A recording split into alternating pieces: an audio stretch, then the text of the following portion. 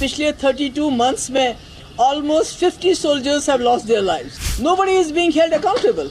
जो इस वक्त के DG हैं, he is more, busy with fixing things politically.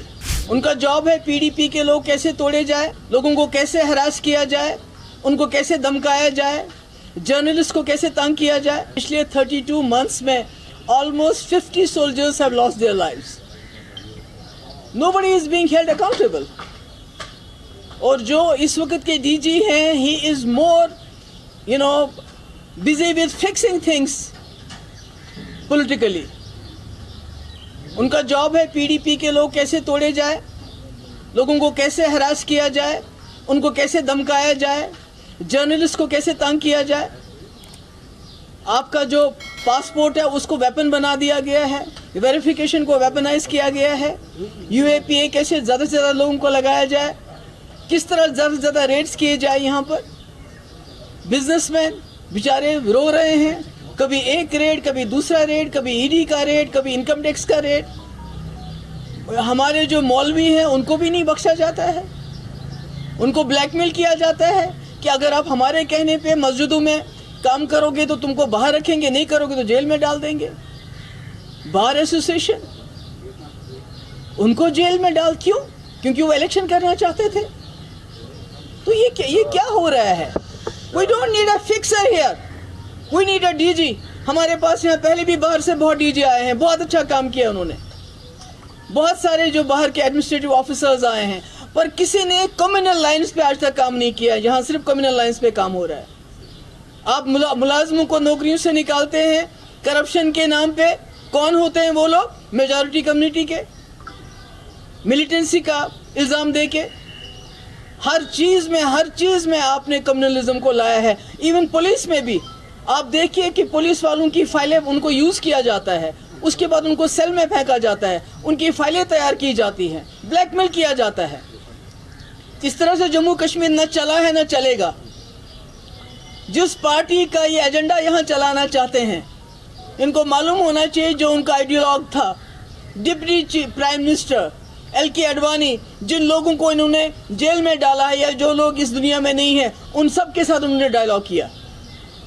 और that was for the first time in the history of Jammu and Kashmir. जब वाजपेयी जी प्राइम मिनिस्टर थे, जम्मू कश्मीर के हालात असली तरीके से सुधरे थे, क्योंकि यहाँ के लोगों ने उसमें बहुत ही ज़्यादा इम्पोर्टेंट रोल किया था.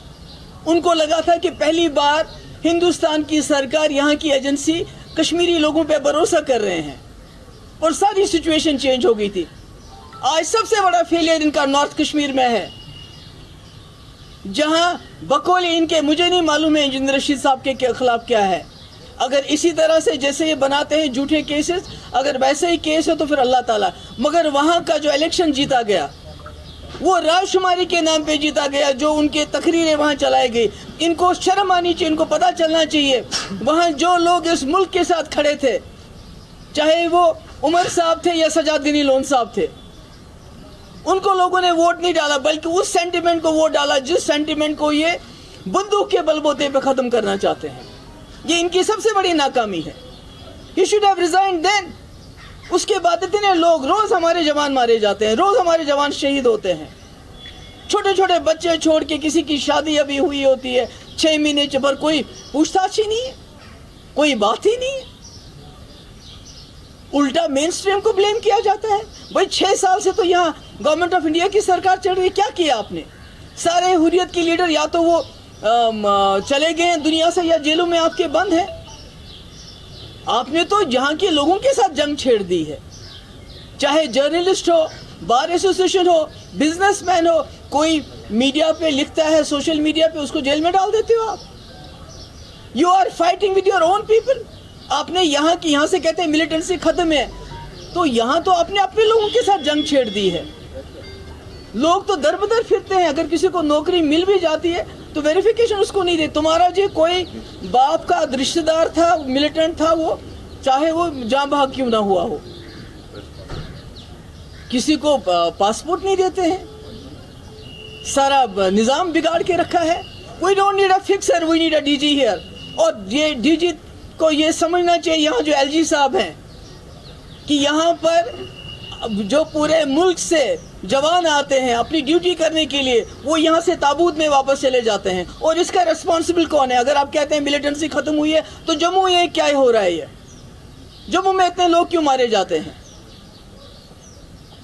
مجھے لگتا ہے کہ یہ اس کا نوٹس ہوم منسٹر کو لینا چاہیے, اس کا نوٹس ڈیفینس منسٹر کو لینا چاہیے, اور ان کو یہاں ریسپونڈ, بیکاز پچھلے 32 منتھس میں خاص کر جب سے یہ ڈی جی صاحب آئے ہیں سب سے زیادہ کیجولیٹیز بارڈر پہ کون ہے؟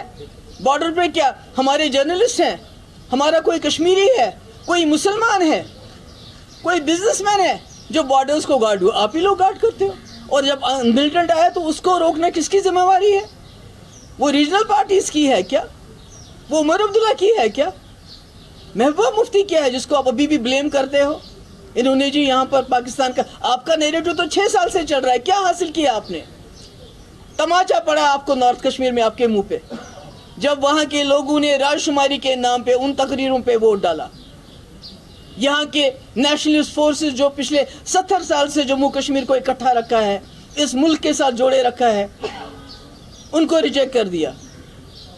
تو مجھے لگتا ہے کہ ڈیفینس منسٹر ہو, ہوم منسٹر ہو, ان کو اس کا نوٹس لینا چاہیے, اور جو اکاؤنٹیبلٹی فکس کر کے the head should roll. Ma'am D G Modi صاحب نے کل کہا کہ مین سٹریم جو ہے وہ کہیں نہ کہیں انفلٹریٹڈ تھی پاکستانی آئیڈیاز سے سول سوسائٹی کو. Thanks for watching video. Don't forget to like, comment, share and subscribe.